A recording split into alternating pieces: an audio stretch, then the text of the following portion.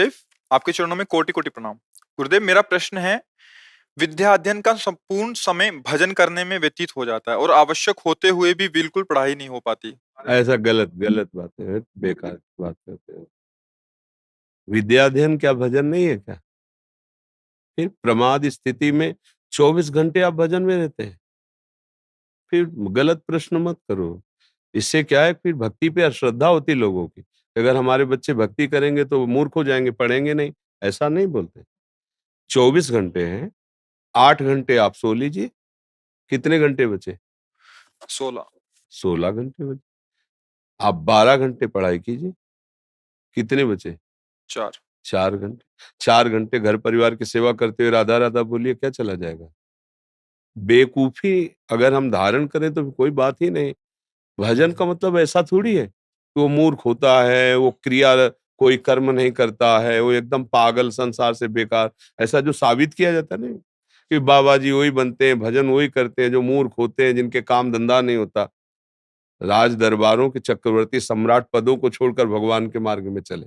बड़े बड़े यहाँ नए नए बच्चे जो बड़े बड़े अधिकारी पद में सब छोड़कर बाबा जी बने। तो ऐसा थोड़ी है कि पढ़ाई लिखाई वो सब, ये एक प्रेम का मार्ग और वैराग्य की स्थिति का मार्ग है। घर गृहस्थी में रहते हुए बहुत सुंदर भजन हो सकता है। आप सोचो, आप टीवी देखने में, गंदे बच्चों के संग में, गंदी क्रीड़ाओं में जो समय खर्चा करते हैं, वो साधना में खर्चा कर दीजिए। आप एक बहुत अच्छे मनुष्य, बहुत अच्छे एक समाज सेवक, बहुत अच्छे एक भक्त बन जाएंगे। अगर हम ऐसा साबित करेंगे कि हमसे पढ़ाई नहीं होती, तो ऐसी बात। आप क्या समझते हो हम पढ़ते नहीं? आज भी पढ़ते हैं। जो हमारे गुरु ग्रंथ हैं, जो हमारे वाणियां हैं, जैसे एक विद्यार्थी जीवन, हमारा आज भी विद्यार्थी जीवन ही है। बचपन से लगे, पर आज भी हम एक साधक है, एक विद्यार्थी हैं। सुबह से उठना, अपने कर्तव्य का पालन करते हुए भजन करना, शास्त्रों का। अब हमारे शास्त्र अलग है, तुम्हारे शास्त्र अलग है तो विद्या ही है, तो भगवान का ही रचा हुआ, तो उसे भगवान का भजन मान करके पढ़िए। और उसको ये थोड़ी कि पढ़ाई में ऐसे प्रमाण नहीं। भजन करोगे, पढ़ाई पढ़ोगे तो बहुत अच्छे विद्यार्थी बनोगे, क्योंकि भजन करने से पवित्रता आएगी। आप ब्रह्मचर्य से रहोगे, आप जितेंद्रीय रहोगे, तो आप समाज में अपने आप चमकोगे। अब गंदे बात की भजन करने से हमारा पढ़ाई में ही मन नहीं लगता, ऐसा बात नहीं। भजन करने वालों का मन ऐसा होता है, जहां लगा दो वहीं लग जाएगा, जिस क्षेत्र में लगा दो उस क्षेत्र में लग जाएगा।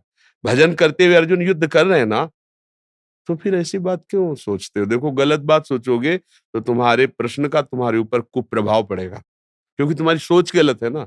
ऐसा नहीं है। सुबह से लगे हम, तड़के से लगे, मतलब वो सुबह क्या कहना, रात समझो।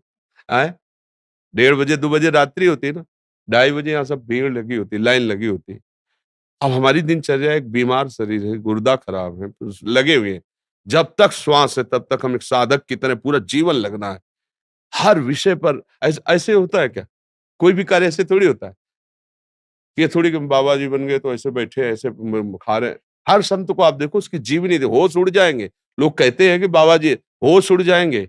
यहाँ नींद नींद नहीं, यहाँ भूख भूख नहीं, यहाँ जीवन जीवन नहीं, मिट्टी में मिला करके तब गुलजार होता है जीवन, तब जाकर भगवत राज्य में प्रवेश पाता है।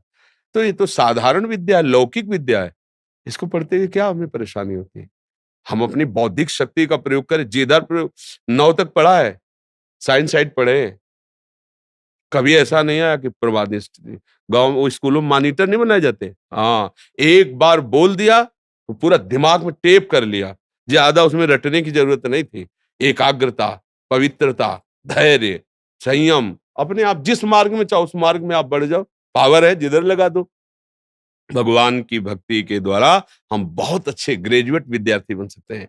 हम बहुत अच्छे सर्विसमैन बन सकते हैं। हम बहुत अच्छे किसान बन सकते हैं। हम बहुत अच्छे एक पति बन सकते हैं, एक पुत्र बन सकते हैं, एक सहयोगी बन सकते हैं, एक देशभक्त बन सकते हैं। ये बातें जो कि ये ऐसा नहीं है, ऐसा नहीं है। मतलब ऐसी बातें रखने से क्या होता है, कुप्रभाव पड़ता है। साथियों को, अच्छा भक्ति करने से मतलब पढ़ाई, भैया भक्ति नहीं करनी तो फिर क्या करोगे? गंदे आचरण करोगे। उससे तुम्हारी केवल रटी रटाई विद्या होगी, आचरण तो पवित्र है नहीं। विद्या का क्या प्रभाव होना चाहिए?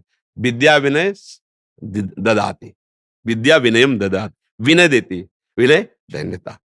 पढ़ लिख करके माता पिता की अवहेलना करके मनमानी आचरण, ये विद्या थोड़ी सिखाती है।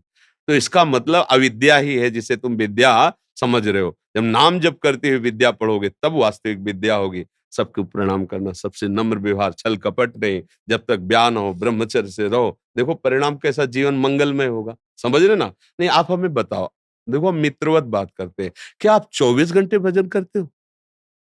अच्छा, सोने के बाद क्या आप हर समय भजन करते हो? आप देखो ना, तो बेईमानी होगी ना ये प्रश्न में। ऐसे नहीं बच्चा, जो समय मिले आपको, उसमें नाम स्मरण करो। माता-पिता, बुजुर्गजन, ये सब भगवान के स्वरूप हैं। उनकी सेवा करो, उनके कपड़े धो दिए, मान लो अपने वृद्ध माता-पिता हैं, स्नान के फौरन कपड़े धो दिए, उनकी सेवा, ये भक्ति नहीं है क्या? ये भजन नहीं है क्या? हम आपसे बात कर रहे हैं तो भक्ति ही कर रहे हैं, हम कौन-सा हम लाभ लाभ प्राप्त करने के लिए आपसे बात कर रहे हैं? मेरे प्रभु संतुष्ट हो जाएँ। मुझे जो ज्ञान दिया, जो गुरुजी ने मुझे दिया है, उससे आप लोगों को लाभ मिले, आप सुखी रहें, आप प्रसन्न रहें, बस।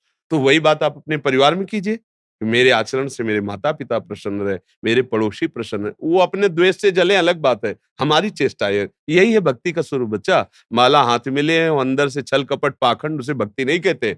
भक्ति का स्वरूप यही है कि हम भरपूर समाज की सेवा में लगें। आना पड़ेगा, चाहे जितना कोई सिद्ध हो।